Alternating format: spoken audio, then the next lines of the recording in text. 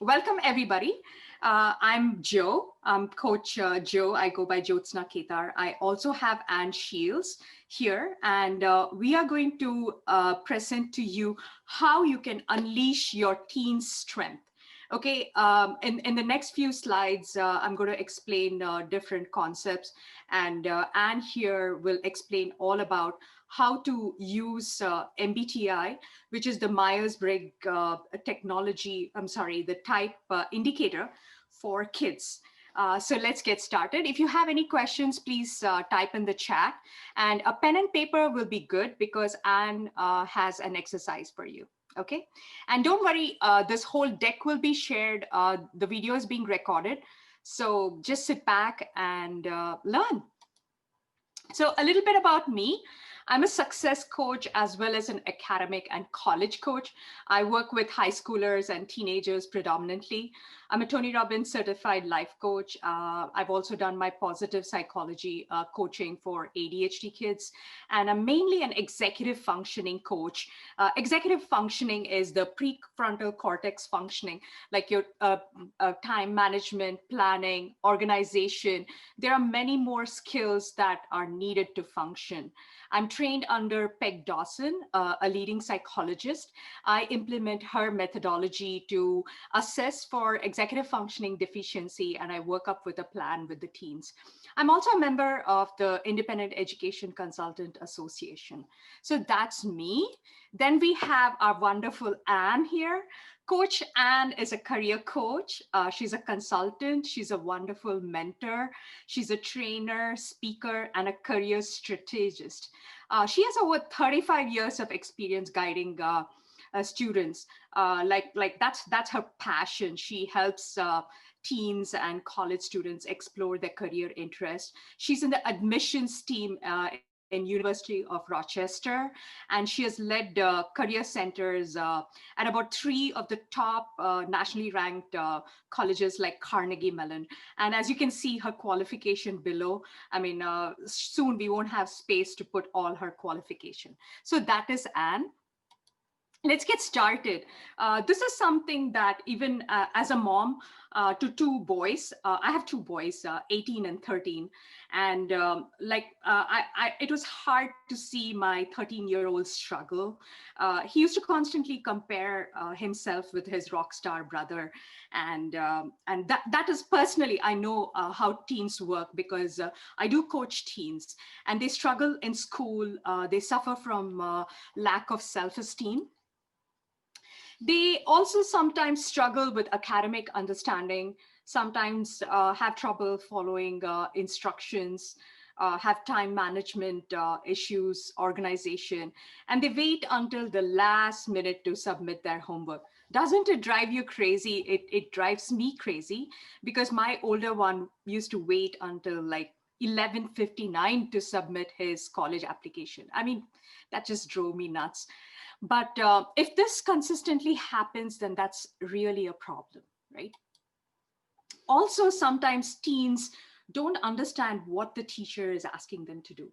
Sometimes they respond very well with certain teachers, and sometimes they don't. Have you ever realized that, right? So these are some of the pain points that I felt needed to be highlighted. Also, I've seen that the transitioning from the middle school and the high school, they don't have effective study skills, like skills like notes taking. There's a Cornell way of notes taking, or for example, they don't have organization, or they haven't discovered what kind of learners they are. There are 4 kinds of learners: visual learners, auditory learners, read, write, and kinesthetic. Okay, and self-discovery is extremely important in high school, especially the freshman year, right? It's how you leverage your strengths. Like for example, I'm a visual learner. I mean, it's hard for me to take notes, right? So if a child realizes what kind of a learner they are, they'll be able to strategically apply them in school. Okay, and also the group of kids can be extremely fickle and judgmental, right? As teens, their emotions is all over the place, and they sometimes have difficulties get along with certain kids, right? They make fun of them and mock them, right? So that's also a problem that leads to a lot of self-esteem issues, right? And most of them struggle with change.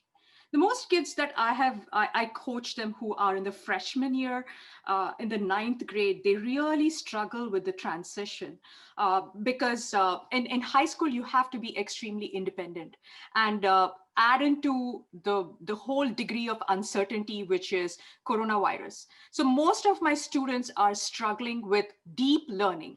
Yes, they are learning, but not to that amount of depth, right? And teachers themselves are overstretched and sort of inaccessible. So it has exasperated the situation, right? And I see them really struggling with this whole online concept and everything.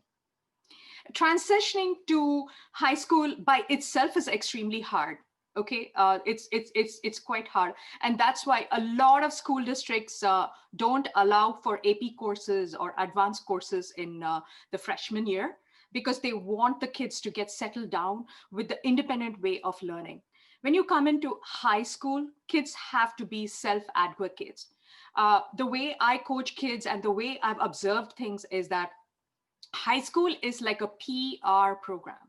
You're out here to build a, yeah, you have to build a profile. Yep. You have to build a profile. You have to discover yourself. You have to find out what your strengths and weaknesses are, leverage your strengths, communicate for success, right? So as people who have worked in the corporate industry, we have agile methodology. We have a project manager. Things are all broken down for us.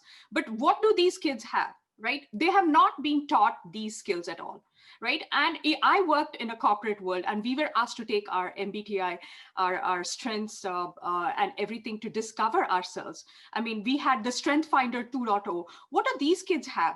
So that is something that I wanted to bring in, and I'm collaborating with Anne Shields to sort of do that and sort of educate parents that there is a way out there. Okay, and also they keep constantly questioning themselves, who they are they good enough, right? Are they good enough? Okay, I'm struggling at school, and they have a lot of teens that I work with have a very negative self-talk. Okay, there's a voice that keeps telling them, hey, I don't think you're going to make this test. I don't think you're smart enough, right? So half the time I spend in quelling or quietening the voice or teaching them strategies or incantations that they can implement that. And next, they also sometimes struggle with a social development and sometimes struggle to fit in, right? Especially, I see this in the introverts, like a lot of kids who struggle in a social environment, right? So like extroverts are brilliant. They can just fit in anywhere. They can open their mouth and make connections. But introverts, they need 15 seconds to process any information that is given to them. And that's misconstrued a lot of time for being not smart or not willing to participate in a conversation, right? So these are the struggles that they have. So I have a question for you. How do we solve this problem? How do we solve this problem about teens struggling? And let me tell you one thing, landing in an Ivy League or the best college is not the goal here. They have to be massively successful in life. Got it? Massively successful and wonderfully happy and contented. In order to do that, they have to go to an Ivy League. In order to go to an Ivy League, they've got to do good in school. So this is the way I break it down into them. So how do we help them, or how do we enhance their experience? Like provide them enough confidence, provide them enough direction and techniques to like sort of be successful academically, personally, and everywhere, like 360 degrees, right? So the prescription for this problem is basically discovering themselves, right? Discover yourself, what you are. I know what I am. I'm an extrovert. I'm an ENFP. I know my personality. I spent 20 years in an industry or in a job that really didn't match my personality or my strengths. So I know coming from that, it took me a long time to figure out my own strengths and weaknesses and leverage it for success. And that is what drives me. And it's not like you have to be an adult to figure out what you really need. I mean, you give them this wonderful technique or helping them discover in teens. They carry it along a long way, right? So that's what I feel like. Okay, what is your learning style? What is the way you capture information? How do you communicate with people, right? Right? Who are you? Once you get that blueprint, there is clarity. I feel like at the moment the teens are lacking clarity, right? And I don't blame them for having a lack of clarity because they don't know better, right? And that's my view, is that we just provide them this tool set to do better. Okay, so that's why I sort of came up with this solution. Like I came across Anne Shields in my Facebook group. And when I started talking to her, she initially introduced me to MBTI. And I went and did research. And I found that MBTI is so closely linked with with everything, with your learning style, the way you communicate with the world, the way you judge things, the way you perceive. There's a lot of things it unlocked for me. I sort of implement a tad bit of it with my students, and it gave a aha moment. And what I did was I enrolled my younger son, 13-year-old Nived. You're going to meet him, and he's going to talk about his experience. And it was an eye opener because I really discovered what his strength was, what his preferences were, and how he had changed or molded himself to like deliver and achieve whatever he wanted to. So basically, this is it. Unleash your teen's strength with Anne, which helps your teen discover their strength, enhance their outlook through personalized discovery, and easily implementable action plan using the Myers Briggs Type Indicator. So Myers Briggs is basically the adult version, but Anne here is certified to do the teen or the children's version. So I give it up for Anne. Drum roll, people, drum roll. Anne, you want to unmute yourself and speak? Yeah. Thank you, Joe. I appreciate the introduction. And, you know, I want to echo what you said. Your students just haven't lived long enough yet. It's not their fault. They just haven't had enough experiences yet to be able to have figured out some of the things that would make their lives easier. And unfortunately, their teachers don't necessarily operate thinking about kids with different needs. They may be attentive to different learning styles, but there's more to that. There's more to your child than that. We all would like our kids to be successful.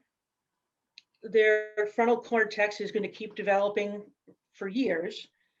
But the thought of this program is to increase your child's awareness of what their own strengths are. So bring that to the forefront so that they can intentionally tap into their strengths.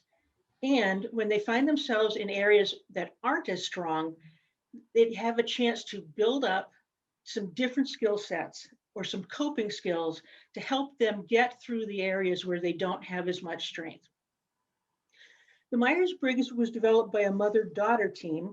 It's based on Jungian theory. It was released in the 60s and has been, well, honestly, the testing community had to get used to women having produced an assessment document because they were a couple of the earliest ones. Most of these were developed by men. It was taken into hand by two people in the late 70s, early 80s, who devised a youth version of the Myers-Briggs. So Myers-Briggs, if you've taken it, and many of you probably have, it's rather long. There's a fair amount of repetition in the questions. The MMTIC, the Murphy-Messgeier Type Indicator, hyphen for children, is shorter. The vocabulary is a little bit easier, so it can be used with uh, younger students down to second grade, if they have second grade reading level. With some of your students, though, we might use the adult version because they're bright, they're advanced, their reading level is higher than their grade level. So we may go with the Myers Briggs. The idea behind the theory behind the Myers Briggs is Jungian. And the belief is that we are born with certain preferences in how we interact with the world. It's not about behavior per se, it's about the energy that we use to do things and to interact with other people and make decisions and take in information. But it's pretty easy to look at someone's behavior over a period of time and see that they tend to behave in a certain way more often than not. So with this instrument, students answer questions on 4 spectrum. And I'm going to actually have you do a bit of a test with this. What's important to know and to remind students and to remind ourselves is there are no bad types. One type is not better than the other. All different types of personalities are smart. All types of personalities will make mistakes. They're all good. They're different. That part of a conversation with a student also helps them understand why some kids are in a certain kind of group and they're not, or they're not comfortable being in a certain social situation, why they might struggle with essay tests but do great in multiple choice, may love to write but can't really organize their thoughts in a way that makes sequential sense. All of these things are magnified in high school. They don't have 1 or 2 or 3 teachers. They might have 6 or 7 teachers, all of them with a different style. The amount of work they do is ramped up. The speed that they have to do it is ramped up. It's a new school. They're the lowest ones on the pecking order.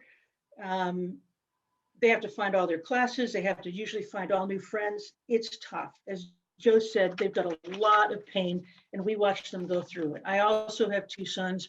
They are fortunately grown and flown, but it's hard to watch your kids suffer and not really know how best to help them. So here's something about the Myers Briggs. I said you were born, according to Jungian theory, you're born with certain preferences. For those of you who have a pen and paper in front of you, I'd like you to do something simple. I'd like you to simply write your name, first and last, with your dominant hand.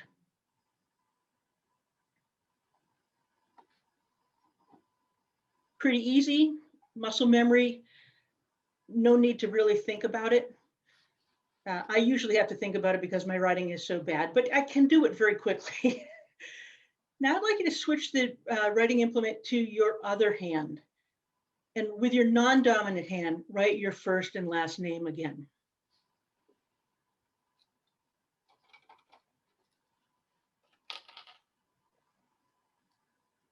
If we were in a format that we could have conversation rather than this virtual webinar, I'd ask you what the difference was, because I know it feels different. Most people will say when I wrote with my dominant hand, I didn't have to think about it. It was smooth, it was easy, it was fast. When they switch over to their non-dominant hand, they have to stop and think how to form the letters. It's not straight and neat. Maybe they end up printing rather than using cursive if they normally sign in cursive. It's harder. They're working off balance. That's what we look for when we're looking for the strengths in your teens and in ourselves. What is your dominant preference? Now, in reality, we all use all of the preferences all the time. I can drink water and turn off a light. I can use both hands. I will always go to write with my right hand. If something is flying towards my head, I'm going to block with my right hand. However, if I broke my right hand and I had to rely on my left to write and feed myself and do everything I would do with my right, it would become easier. I would develop some of that muscle memory. I would get some of the skill back. I might even get kind of comfortable writing with my left hand eventually.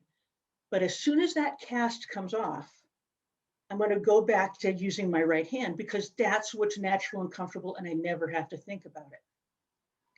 With the Myers-Briggs, we're going to be looking at, again, advance the slide. We're going to look at 4 different spectrum.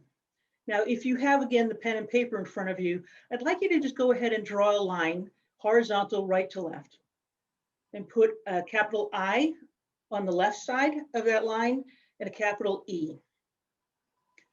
And I'm going to ask you, if you've got the pen and pencil and can do this, to listen to what I'm going to read to you and mark yourself on that continuum. Are you more introverted? Are you more extroverted? Are you somewhere between introverted and extroverted? On which side? I'm going to make it a little difficult, though. You cannot pick the midpoint. You have to be on one side or the other of the midpoint. So introvert and extrovert is the first preference with Myers-Briggs. The question is, do you draw your mental energy primarily from other people or from within? Now, people think of extrovert as outgoing and the life of the party, and the introvert as shy. Some extroverts can be shy and they overcompensate, and some introverts are quite friendly and have lots of friends, but it's where do they get their mental energy? When they're tired and stressed, introverts tend to close in, need alone time. Extroverts are happy going out with a crowd of people. So listen to these preferences and mark yourself. Introverts like to think things out before talking, prefer jobs that can be worked on quietly inside one's own head, prefers to work alone or with a few people that work to his or her standards, may have trouble remembering names, likes quiet and time to consider things, and dislikes intrusions and interruptions. That's an introvert. On the other far end of the spectrum, we have an extrovert who pays attention, who pays most attention, likes to think things out before talking. Some people say they have to talk to think. They prefer jobs that can be worked on. I'm sorry, I'm jumbling these up when I'm reading them. I apologize. Extroverts think while they're talking. They act quickly, sometimes without thinking. They want to know what others expect of them. They like meetings. They communicate freely. They like action and variety. If you're going to think about the Myers-Briggs, we are all somewhere on that line. Please mark where you might be. The next preference is sensing and intuition. So if you draw another continuum, S on one side, and actually on the right side, it's an N because we've already used the I for introverted, so we use N for intuitive. Do you absorb information best through data and details or through general patterns? This is one that will make a big difference in a classroom and the teacher's learning style and how the teacher tests the students for information. Sensors pay most attention to the real world of facts and experience. They enjoy using skills already learned more than learning new ones. They usually reach a conclusion step by step, building on pieces of evidence. They're rarely inspired and trust inspirations. Don't trust them a lot when they do have them. They work steadily with a realistic idea of how long a task is going to take. They seldom make errors, in fact, and they like an established way of doing things. Sensors. Intuitives like to use imagination and look for hidden meaning in things. They dislike doing the same things over and over. They enjoy learning new skills more than they enjoy using ones they already have. They follow their inspiration, whether it's good or bad. Intuitives often work in bursts of energy with periods of slack time in between. And intuitives frequently make errors of fact.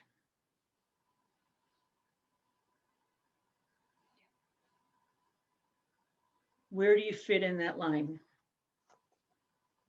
Now I'm going to throw in a caveat before I go to the last two, and that is those of us who are in a work environment have learned how to operate right and left-handed.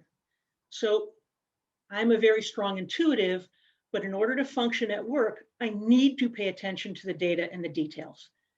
I have to remind myself, even though I've been working for a very long time, I generally think of the big picture, the concepts, the patterns, but I've learned to compensate. A 12, 13, 17-year-old is still developing their frontal cortex and still experimenting and still are having so many new experiences. They aren't necessarily able yet to move right to left-handed and be almost ambidextrous. The next preference is thinking and feeling. Do you tend to make decisions based on logic and objective criteria or on emotional intelligence? I want to clarify that feelers are not non-logical. They weigh in feelings and values in their decisions more than thinkers do. All right, thinkers like to decide things logically. They don't show emotion readily and are uncomfortable dealing with other people's feelings. They like analysis and like putting things in logical order. They can get along without harmony.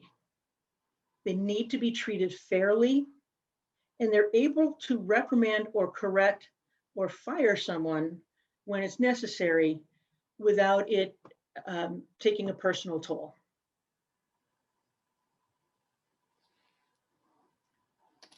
Feelers like to decide things with personal feelings and human values, not just logic. They tend to be very aware of how other people are feeling and reacting. They like harmony. They may compromise efficiency to be able to have the group work well together without conflicts. They occasionally need praise, and they dislike telling people unpleasant things. It's one of those, it hurts me more than it hurts you kind of moments. Again, day in and day out, we will be thinkers and feelers. Within 10 minutes, we might switch back and forth.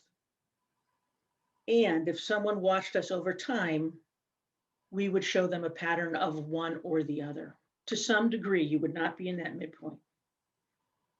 The last one, the fourth one, is, the words aren't quite helpful, and I'm not sure why, judging and perceiving. When people see judging, they think judgmental, but that's not what this means. They're perceiving people can be very judgmental too, but we're not talking about judgmental. How do you operate in the world? Do you operate in a planned and structured way, looking for quick closure? Or are you more spontaneous and flexible, preferring to keep your options open? This is a preference that can be terribly challenging in group work. If you can imagine, some people want to move through the group work, this is what we need to do. And other people want to like, no, we need to think about this, come up with different ideas. Which are you? Now, if you look at your sheet of paper and look at introvert and extrovert, is your mark for yourself more towards E or more towards I? I would like you to write that letter down. That's the first letter of the type as you're experiencing it in this very quick way. Are you introverted or extroverted? Joe's extroverted, I'm introverted. The next one, sensing and intuition. Where did you fall on that line? More towards data and facts or towards concepts and patterns?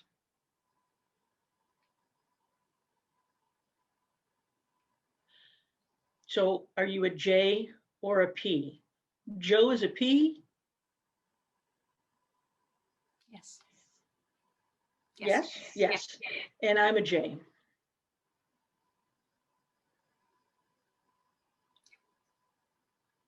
We might have trouble working together sometimes. Not so far. Yeah. So you now have 4 letters: E or I, S or N, T or F, J or P. Those 4 categories fit out to a matrix of 16 different types. Those of you who have taken the Myers-Briggs are aware of this. The next slide will show you what those look like. Could you advance the slide, please? Uh-oh. Joe, can you advance the slide? Oh, sorry. Okay. So if you have it on full screen, you may be able to read it. I first learned about the Myers-Briggs when I was in graduate school. I was always out of step with my classmates. I was in a program that was higher ed and counseling. They were the people who work with students on the college campus. These were outgoing, friendly, like to do stuff in groups, like to party. I am an INTJ. So if you look at INTJ, independent, innovative, analytical, and purposeful. Now look at Joe's, ENFP. Yeah. Optimistic, innovative, compassionate, and versatile. The two of us would operate very differently in a classroom where, let's say, participation was a significant part of the grade. Joe is probably much more comfortable than I am raising her hand, involving herself in a conversation. I, on the other hand, prefer to sit and think about what it is that I want to say. And I generally don't say it until it's already a fairly formed idea. Remember, extroverts can think out loud, and they hear themselves say things, and that's how they know, if they're on the far end of the spectrum, that's what they're thinking. So our kids are also different types. And the Myers-Briggs, whether the adult version or the youth version, would help us identify and help your child identify where their strengths lie so that they can leverage them. It certainly makes a difference in a career setting, but it does also make a difference as an 8th grader goes into 9th grade and is dealing with so much change and so much more complicated work.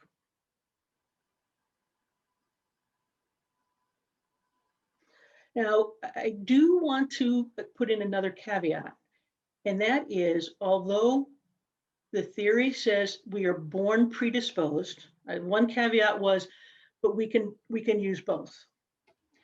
The other caveat is that children are still developing, and as I said earlier, just haven't had enough life experience. So Myers-Briggs with a child is telling and helpful, but when I work with a child, I generally give them the online assessment and then have multiple conversations about school, about their friends, about their extracurriculars, just listening to the language that they use, the times that they light up and sit forward, the things that excite them, the things that cause them angst or stress. I also ask the parents to send me information about what they see at home. And with all of that information, the student and I talk about which of these 16 types are most like them as they are right now. Now, those of you who have taken personality tests in a magazine, How Good of a Best Friend You Are, know that you can be the best darn friend in the world because you can tell how the answers ought to be answered. The questions ought to be answered. What a young person may sometimes do with the Myers-Briggs or any other kind of written assessment is they saying, yes, I'm more feeling on one question, and they get another question like it, and they're saying, well, I feel like more of a thinker. No, I already wrote F, I've got to go F. So they may give us what they think we want. It's also possible for a young person to answer the questions the way they think they should, that the way a good student should be, the way their parent really wants them to study. You know, an older brother might have been terribly successful studying a certain way, and it was the same way mom studied when she was in school. So the younger daughter, that should be a good study way for her. So a young person will adapt to their environment. We all do. But when you're older and more independent, you can tend to shift to your more natural state more often. Kids sometimes in a classroom, again, grades being dependent on participation in class, group work for someone who really has a hard time not being in charge of things moving quickly. All of those things come together. None of these types are better than the other. People in these types are all successful. We all move between those types all along. So Myers-Briggs does not say, this is your box and you have to stay in it. It's also important to remember that we make choices. Just because I'm a thinker, I don't have to be inconsiderate of other people's feelings when I make decisions. I, as a supervisor, sometimes have to stop and say, I'm fine handling it this way. How will my team react? I'm blunt, I'm straightforward. I don't mean anything I say personally, but a feeler might take what they hear from me and believe that I'm criticizing them as a person. So I've learned to adapt and shift. And we do that all day. I think we can move ahead. This is fast. We all know that personal development is a process. Intellectual development is a process. Social development is a process. And adolescence is the whirlwind of that personal development without necessarily the cognitive ability to measure or temper some of what's going on for them. Ready for the next slide? So as SpongeBob shows us, in order to be our best selves, you figure out where your preferences are and your strengths and use those to your advantage. Next. So as I said, after a student does the paper and pencil, or sometimes before, I'll have conversations with them. I'll ask them about how they study. Do you study in front of a TV? Does it have to be quiet? Do you have a planner that you color code with different colored pencils so that it's very clear? Or does your child only, do you as a student only keep a planner because somebody makes you do that? Do you prefer to work alone or work in a group? Some people love study groups. Some people just want to be in a quiet corner by themselves. What kinds of things stress you? And when you're in a group, in an extracurricular activity after school, what's that like for you? What role do you play in that group? Because all groups have people who play roles. What's yours? So from the conversations and from the assessment, I pull together information. Next slide. Then when I have had some conversations, listened hard and checked what I've heard. Is this what you're saying? Do you do it this way or this way? And when the student has finally said, yeah, I'm pretty sure that this is my type, then we begin a conversation, which then continues at home about how to use their strengths and where their stretch areas might be bolstered up by developing some different skills.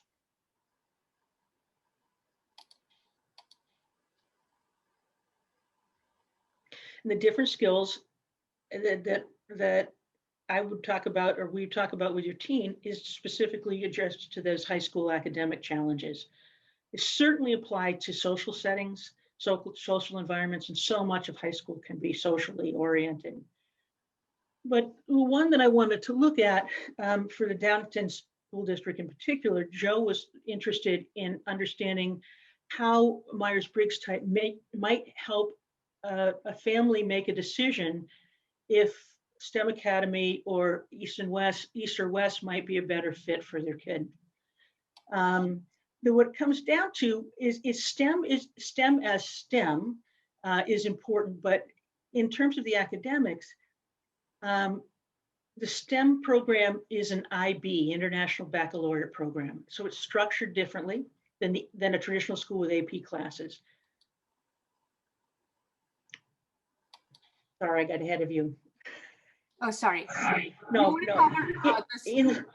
the STEM versus East, or do you want to go over the action plan? Sorry. Oh, sure. Oh, yeah, of course. So after Nivid and I had some time to talk, I came back, gave some thought, looked up some different things and various resources that I have, and I developed an action plan for him and for his parents to help him build the skills through the rest of 8th grade and into 9th grade to help him be more successful in the transition. I was able to run a report on his personality generally, advice for test preparation, and also an assessment for career fields that would fit well with the personality. It doesn't say that they would be happy in it, but that other people with that personality type tend to congregate in certain kinds of positions.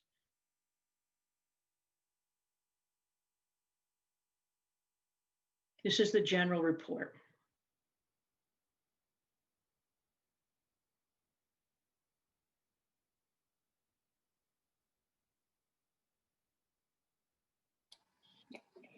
So basically, this is what we did. She went over and she analyzed Nived, my 13-year-old son, and this is what was his strengths, and this would be his stretches or areas that he would work with, possibly, right? Okay, so this was one of the reports, and the next is the wonderful action plan. Yeah. So with study skills, stress management, time management, and social context and communications, I took not only what I've learned from books and from experience, I also took things from the conversations that we had about things that did work well for him. And I also was able to pick up some thoughts of what might be his stretch areas. We didn't have a lot of time together, but I think we covered a fair amount of ground. Yeah. Yeah.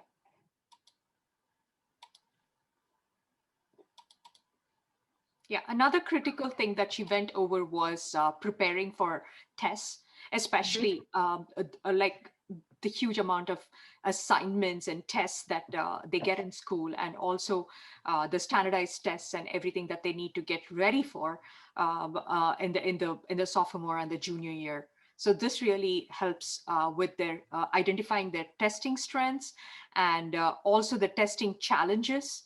Like, for example, Nived's biggest challenge is making a schedule, because he's more an ENFP, living by living in the fast lane and everything. So he needs to like slow down and work on his time management skills, and also like how to go about essays and pacing your work. So this whole report is pretty comprehensive. And also the career choice. This was the biggest thing that Nived had a confusion, or he didn't have clarity in. Okay, he has a rock star brother, and he always felt that he had to keep up with his brother or follow his brother's footsteps, or he wasn't like quite smart enough or anything, because he always used to judge himself saying, hey, I didn't get into the gifted program, so I'm not that smart. So those were the kind of issues that we wanted to address as parents. We were not able to cut through that. But when he went through this coaching sessions with Anne, he came out fairly more confident, and he was able to figure out his career fields as well. I mean, it's a big list, but it sort of gave him a choice based on his personality as to what possible career choices he could have. Okay, so that was the one. And yeah, so Nived, are you there? You want to speak a few words about your experience with this whole process? Nived is going to express himself as to what he felt through this whole process. He's usually the guinea pig. When you have a child in your house and you're constantly experimenting it, I mean, your child is the first person that you sort of apply, you tinker, you rework, and you experiment. So here he is. Go ahead. Hi, my name is Naved Lakshman. I'm in 8th grade, and Coach Ann helped me discover my strengths and weaknesses. She helped me understand my personality in a very short period of time.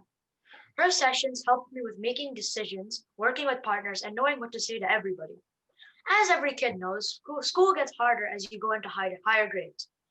As I went into the 8th grade, I was no exception to having a tough time. Through the first marking period, I had to struggle to get the grades I wanted. With Coach Ann's help, I was able to finish my assignments faster and I was less stressed while being more confident. Her sessions helped me with making a game plan for assignments and deciding my job career. Thank you. Okay, he needs to work on his pacing. He's just like every teenager, he just wants to like finish stuff, talk it out and finish stuff. Okay, so that was Nived's experience. He's an ENFP. He's taken over his mom, of course. And yeah, and another area that I wanted to discuss with the main reason why I approached Anne is, what curriculum or what high school should I pick up for my teen? Whether I should send him to a traditional AP school, an IB curriculum school, or even private school, right? So those are the kind of discussions that you have when your child is in the cusp of going to high school. And that was one of the other reasons I wanted to work with her and try to analyze. So we worked together and I handed over all the curriculum and all the details in the Downingtown School District. It's not just for this school district, but you will see the kind of research and her presentation and her findings, which you can apply in your own school district, right? So what program your child needs to go in, whether you're in West Windsor or in any school district all over the country, you'll be able to see like what courses you need to pick up, what track you need to go, right? Because it's not one cookie cutter that fits all the students, and that's what she's going to show. So this is our Downingtown School District. Yeah, the similarities, yeah. And just because we're talking tonight about an 8th grader going into high school, that's not the only place this could be helpful. A high school freshman going into sophomore year, still feeling lost and confused and not hitting their academic stride. A junior trying to figure out where their strengths are for a career choice, a major course, a college choice. But we're just focusing on this, but it does have many other possibilities. The things about AB, International Baccalaureate, and advanced placement programs is that as far as college admissions goes, and I've worked at some of the best small private schools and a couple of strong research universities and now reading folders for the admissions office, we see the IB program and the AP program both as rigorous, both great, and it's not going to get in the way of getting into a great school. Some school districts won't have a choice, it'll be only AP, and some school districts, some people are lucky that they do have a choice to send their student to an IB program. It's not necessarily automatically the best place to go. They're both great. Something to weigh in with going to a school that's not close to your home is the commute time that would need to be weighed in. Or if you are on a far side of town and the IB school is 3 blocks away, commute time matters to students. They are not good at getting up at 5:30, 5:45 in the morning to get to school at 7:15, and a long commute can complicate things. Both of the curricula are rigorous. They are tough. They are not for people who are going to just think they can breeze through it. Both types of program require and develop critical thinking, skills and analysis and logic. They're going to develop your students' writing and research skills and presentation skills. They're going to be broad-based, and they're going to have extracurriculars. So in a lot of ways, they're going to be similar, but there are some ways where they aren't similar. The STEM Academy in particular, and many other IB programs, will emphasize group projects as opposed to individual study. That being said, the kids in an IB program will occasionally work alone. The kids in an AP program will occasionally work in groups. But what, as a parent, you can think about is, which might my child be most successful in? Not where do I want them to be successful? Where do I want them to be? But where could they be the most successful? The IB program tends to be more structured. The AP classes, a student can take a much wider variety of courses. As Joe said, usually from the sophomore year on. I read a folder 2 days ago of a person who was taking 6 AP classes and was in music and theater, which was mind-blowing. I don't know when she sleeps, but the flexibility helped her out. At the STEM Academy, one of the phrases that they use in their own admissions material is, we are risk takers. Some people are more naturally risk takers than others. Some people are more cautious, more thoughtful, want to understand the situation before they step into it. That's not bad. It's not wrong. It's not worse. It's different, and it works well for them. All high schools in the United States right now are extremely competitive. If you have an older child, you know what it's like. What school are you applying to? Where did we get in, rather than where did my child get in? They're both going to be competitive that way. But the STEM Academy specifically says we are a competitive climate. So it reads to me as though the competition is with groups competing with each other, so that there's always that energy level, which is great for some kids and not for others. Career experience. We want our kids to try different kinds of work so they can test out the things that feel best. The STEM Academy, but not all IB programs, have some career exploration built in. For AP kids, it doesn't mean they can't get experience. They can still do shadowing with doctors. They can intern in an architect's office. They can work in a hospital lab. They can get experience. They will need to do a little bit more work with their families and with friends to be able to get that set up for them. And what was curious to me is, although the STEM Academy is a STEM Academy, the curriculum for AB is a fantastic curriculum for success in the liberal arts, because it's broad and it's integrated. The AP classes are subjects, and they don't tend to mix and cross and feed into each other the way the IB programs do.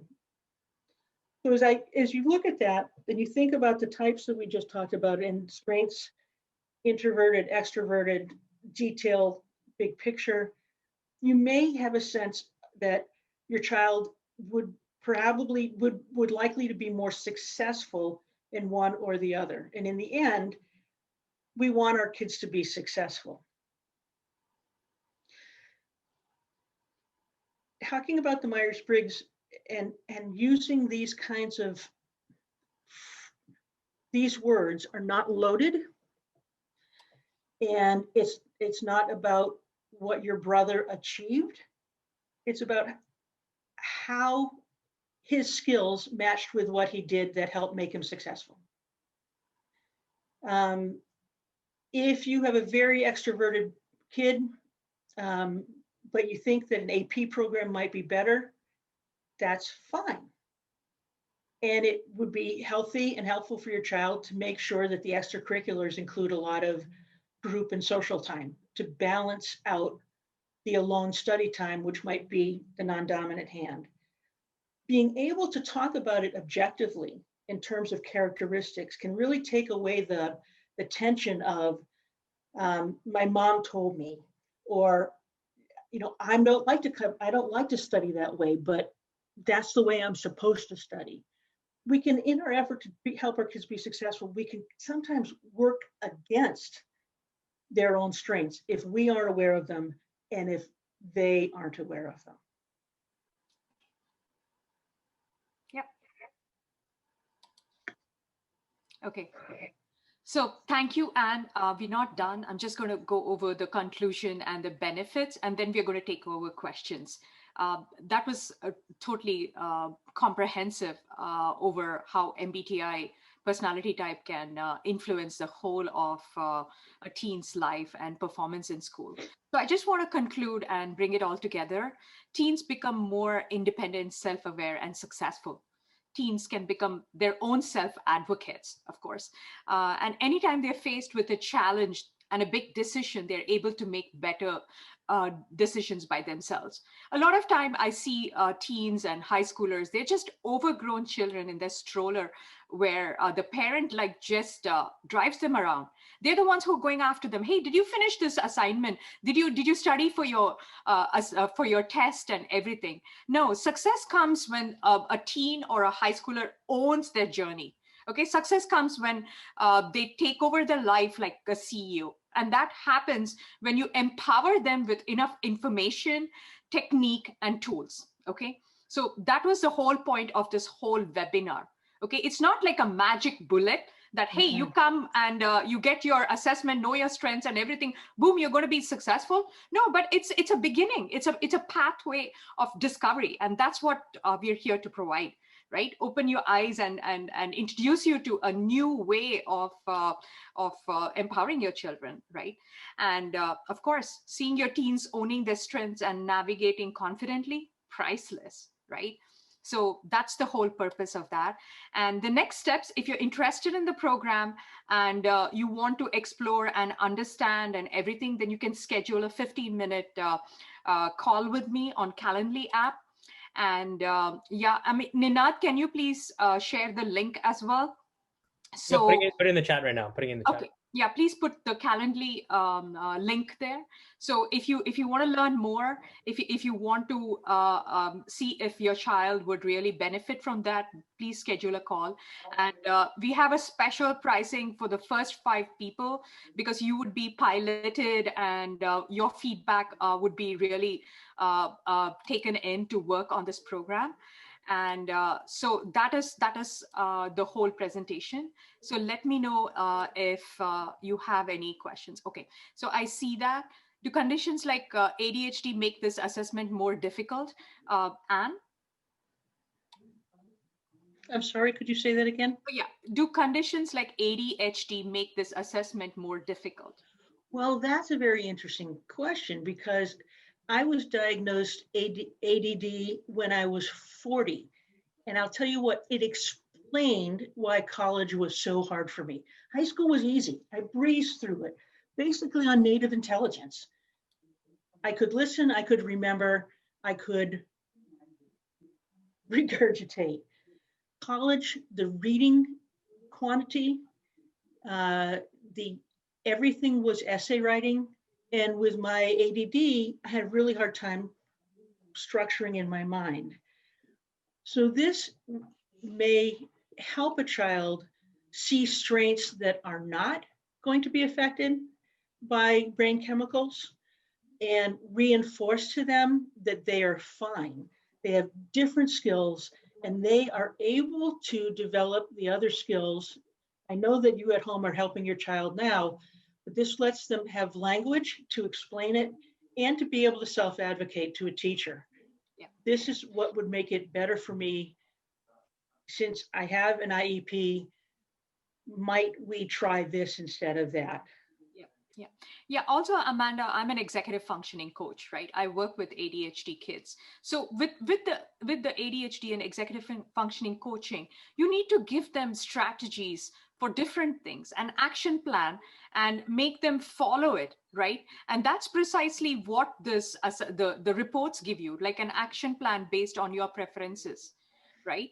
An action plan as to how to function around, like in a learning environment, a study plan, like time management. All these are executive functioning skills that affect an ADHD child. So this will streamline the process and provide them some strategies to do well. Yeah.